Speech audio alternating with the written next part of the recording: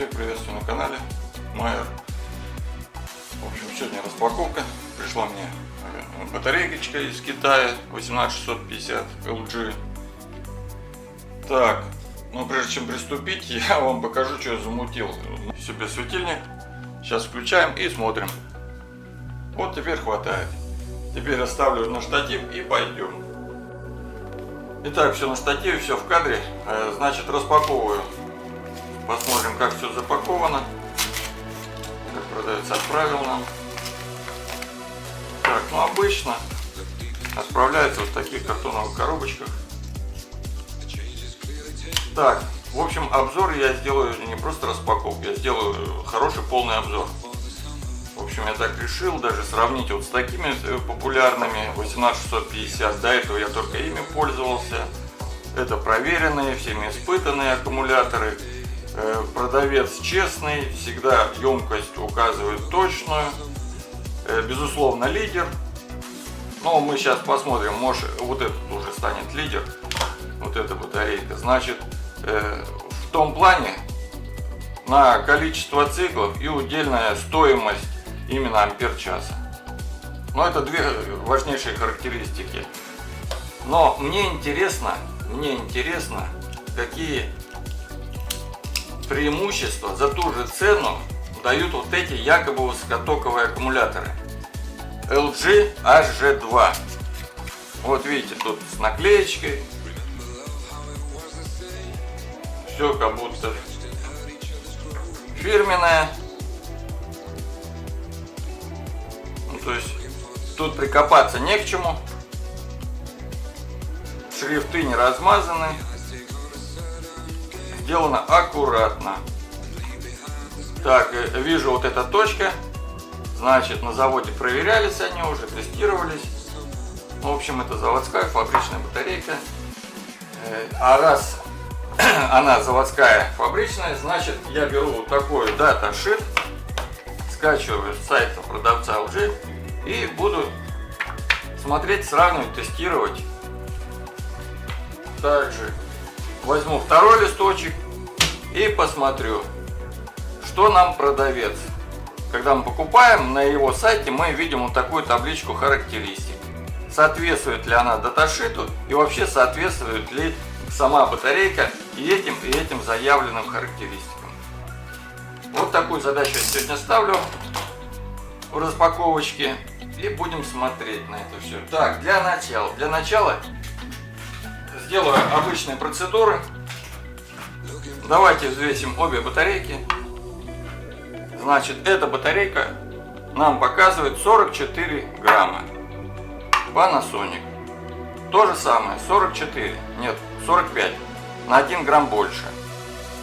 Значит, размер батарейки, сразу уточню, это батарейка 18605 без защиты, 64 на 1822. Напряжение 3,72, на второй 3,73. Итак, пока аккумулятор разряжается, я еще получил сегодня посылочку. Откроем, посмотрим, что здесь. Значит, я себе заказал процессор.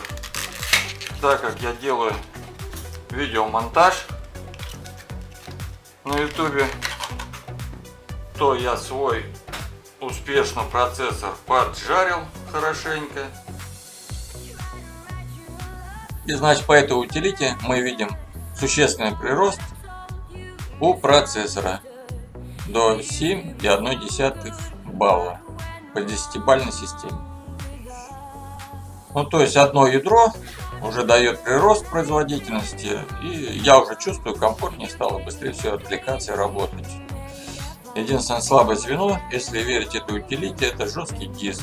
Да, у меня стоит SATA, надо там что-то подумать, может еще жесткий.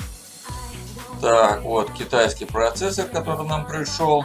Также 9650, код Gen, AM2+, 940 сокет, ну как я и говорил, технология 65 нанометров. Так, вот 4 редактора. 2,3. Так, ну я заказывал 2,3 МГц. То есть все тут в порядке полностью. Полностью отличный процессор. Китаец не подвел, как обычно. Я доволен. Так, все кэши соответствуют заявленным. Так, вот, кстати, видите, моя материнка MA710DS3. И вот к этой материнке мне надо жесткий диск какой-то подумать. Если кто в компьютерах разбирается, пожалуйста, мне под видео в комментарии напишите, что вы мне посоветуете, какой сейчас на рынке. А я уже поищу на Алиэкспресс или на других площадках. Жесткий диск. Ссылка на всякий случай оставлю под видео. Просто не хочется делать отдельное видео по этой распаковке. Тут, в принципе, показывать нечего, говорить особо много нечего. Поэтому пришли эти две посылки одновременно. Не знаю, насколько это радиолюбителям интересно. Тема процессоров, тема компьютера. Но я думаю, меня смотрят такие же радиолюбители, как я и сам. Мне оказалась это интересная тема, но думаю, и вам будет это интересно. Процессоры, видеокарты, все это нам не чуждо, в общем-то. Ждем, пока зарядится. Ну, я думаю,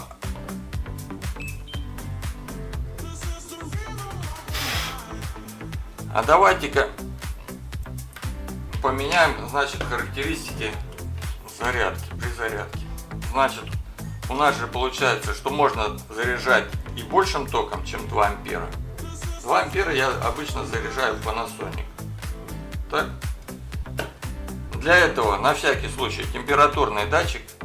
Смотрите, температурный датчик, если вы собрались купить в Китае, продаются вот такие за 250 рублей. Ссылку опять же оставлю под видео. Эти температурные датчики, есть небольшой у них недостаток, вот этот, видите, вот здесь вот, сам датчик, и внутри там есть, значит, неодимовые магнитики, но они очень слабенькие, поэтому дополнительно я с торца еще 2 наклеил, чтобы хоть как-то на батарейке держались, иначе отваливается. Ну, несложно взять наклей там или на лак, взять, приклеить 2 магнитика небольших. Все, теперь он спокойно, видите, как держится на аккумуляторе. Давайте по новой зададим характеристики. Давайте посмотрим, какие я поставил ограничения по температуре. —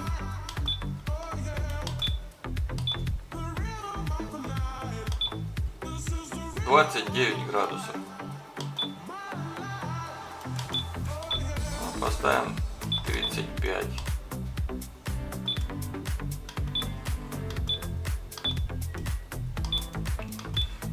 Так, давайте проверим, где интересно мне резистентность аккумулятора. 70 миллиом. Так.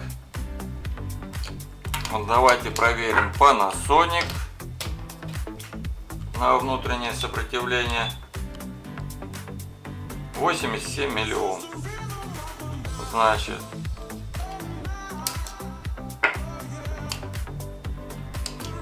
LG здесь маленько лучше в этом плане. Итак, зарядка закончилась. Мы видим, 1 ампер он вкачал легко, при этом был наполовину заряженный. Сейчас поставим на режим разрядки. Это как бы более важный, интересует меня показатель, сколько может выдать этот аккумулятор ампер-часов. Будем разряжать аккумулятор до напряжения 2,9. Так, чтобы у нас показания были еще точнее, да, мы помним, что у этого прибора IMAX есть 5% погрешности. Чтобы исключить эту погрешность и заодно проверить IMAX действительно 5%, а может 2%. 5%, если мы мерим, допустим, 4 ампера, ну там уже набегает приличный там 200 миллиампер. Ну, к примеру, я говорю. То есть это довольно-таки хорошая погрешность, что нам надо учесть для своего прибора. Хотя, скорее всего, выпуски IMAX это массовое производство, и погрешность наверняка на всех продуктах IMAX будет одинаковая. Для этого я более возьму точный прибор, который ставится в лабораторные блоки питания. В нем показание идет там до тысячных долей. Давайте подключим в разрыв. Значит, у нас будет происходить разрядка. Будет прибором IMAX замеряться, значит, емкость, и параллельно вот этим приборчиком. Этот приборчик я тоже заказал в Китае. Есть у меня распаковка, ссылка под видео. Я его маленько модифицировал, убрал крокодильчики, сделал разъемчик, мне так удобнее. Так, включились. И теперь он показывает 4,2, это он снимает не с IMAX, а снимает с обратного, с батарейки. Так, ну, температурные датчики я все-таки убирать не буду. Ну и давайте ставим, значит, режим Discharge 1,8, нормально. Включаем.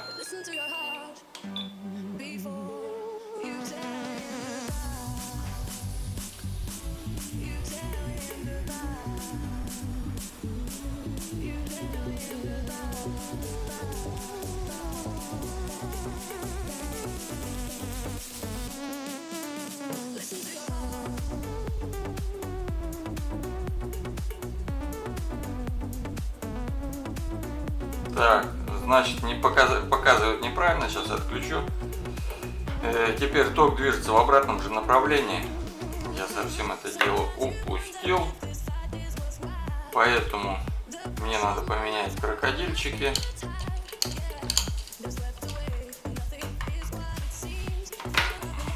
Ничего страшного. Меняем на другой тип крокодилов. Теперь, значит, у нас происходит в обратном порядке.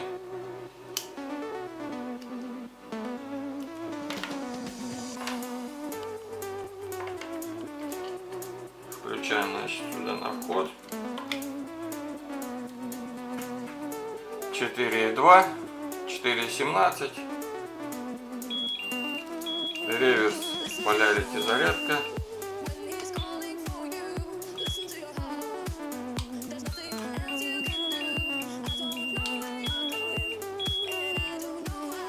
Перепутал полярность. Видите, прибор сообщает, что неправильно подключены разъемы.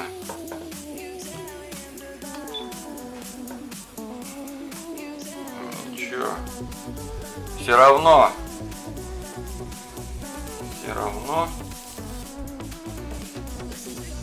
Так. Включаем.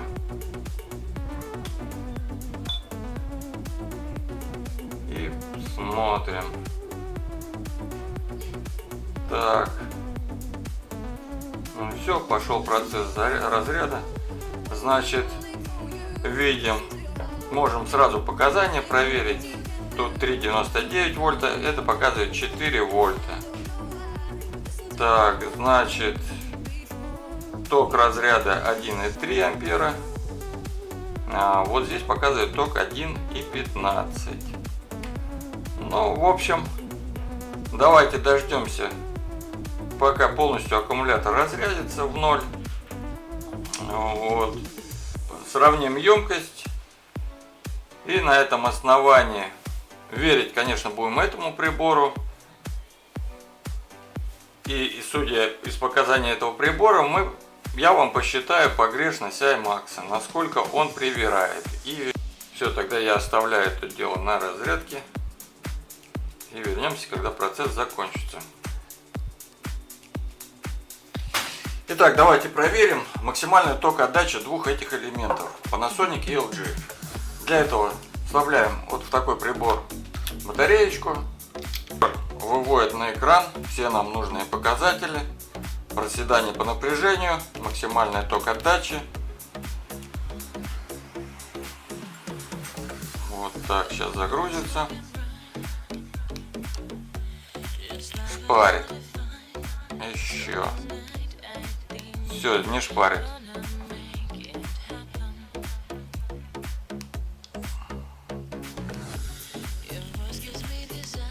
Так, видим, значит, на экране, значит, у нас такие цифры: 16,5 ампера. При этом Panasonic проседает до 2,8 вольта. 2,8 это нижний предел. При этом ток возрастает у нас до 16,5 ампер. Запомнили. 16,5 ампер. Но этот высокотоковый в максимальных пиковых нагрузках до 35 нам обещает. Для этих целей очень многие и покупают использовать даже в вейпах такие аккумуляторы. Но сразу скажу, что они не совсем специализированы для вейпа.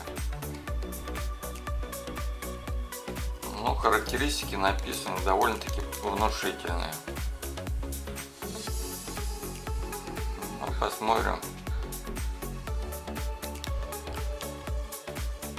Так, ну тут тоже также 50 ватт. Нажимаем. Шпарит.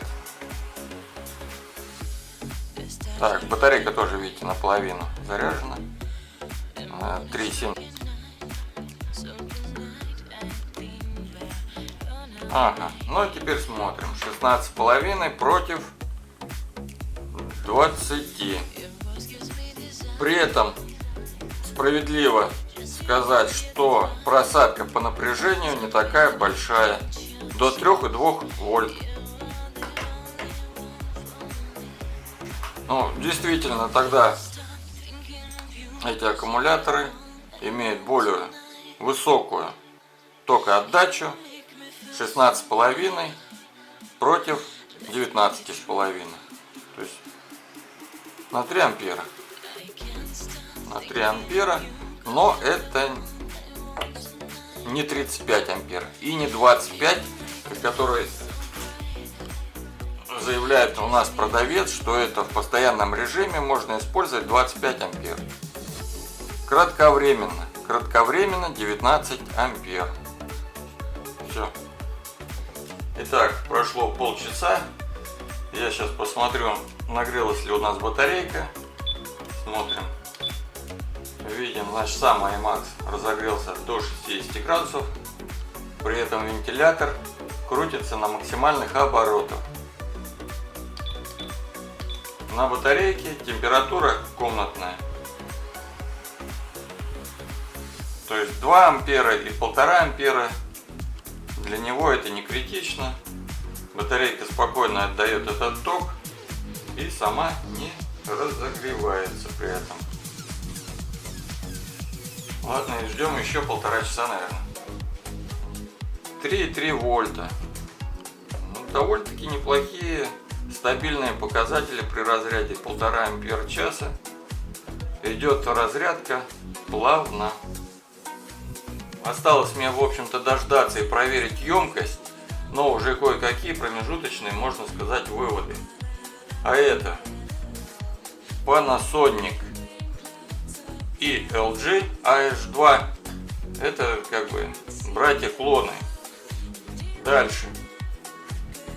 Ток отдачи этих аккумуляторов. Тут 17 ампер, здесь максимум 15-16 ампер. Ну, при этом Panasonic не кричит, что они являются высокотоковыми аккумуляторами. LG заявляет там 20-35. Ну, в основном продавец на AliExpress заявляет, что 35 там в пике. Такого нету. Такого нету. Тут есть лукавство. И поэтому жирный минус. Цена одинаковая. Цена одинаковая. А если цена одинаковая, а емкость у этого на 30% больше, значит в этом состязании выигрывает Panasonic. По-любому. И независимо уже сколько отдаст. Но 3 ампер-часа он всяко не отдаст. Отдаст 2 ампер-часа. Всю свою честную емкость 2 ампер-часа отдаст, но при этом не являясь высокотоковым и являясь и при той же цене, что и Panasonic, вот эти зеленые. Все. Обычно высокотоковые аккумуляторы используются вейперами. Вот. Я бы даже не сказал, что в электроинструмент надо ставить высокотоковые там аккумуляторы. У меня стоят старенькие аккумуляторы из ноутбука, сезон отработал и даже не потеряли существенной емкости. Вот. То есть там еще в запасе, наверное, еще циклов 200-300. Все. И не имеет смысла много денег тратить на свой шуруповерт, переводя его на литий. Так, ну а высокотоковыми аккумуляторами в основном увлекаются вейперы. Кто купил вейп, они хотят, значит, на полную мощь разогнать свой вейп и ищут аккумуляторы. Данный тип аккумуляторов я не рекомендую вейперам. То есть еще 2 типа аккумуляторов, но у меня их нету, и поэтому я о них говорить не буду.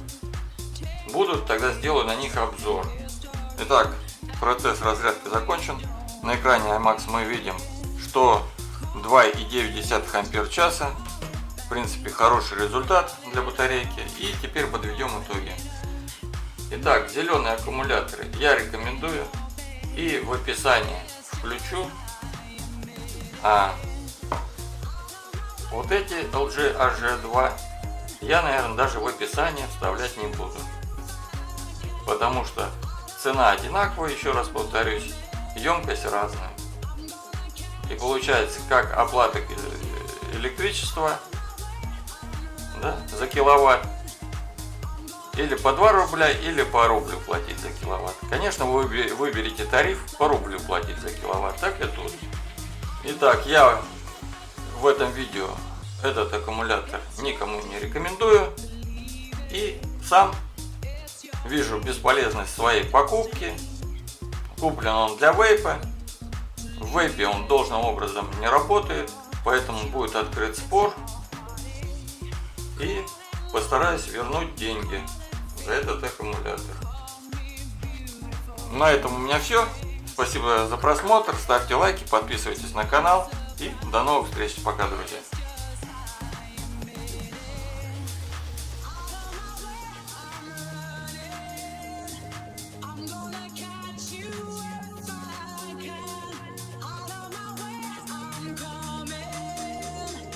I'm gonna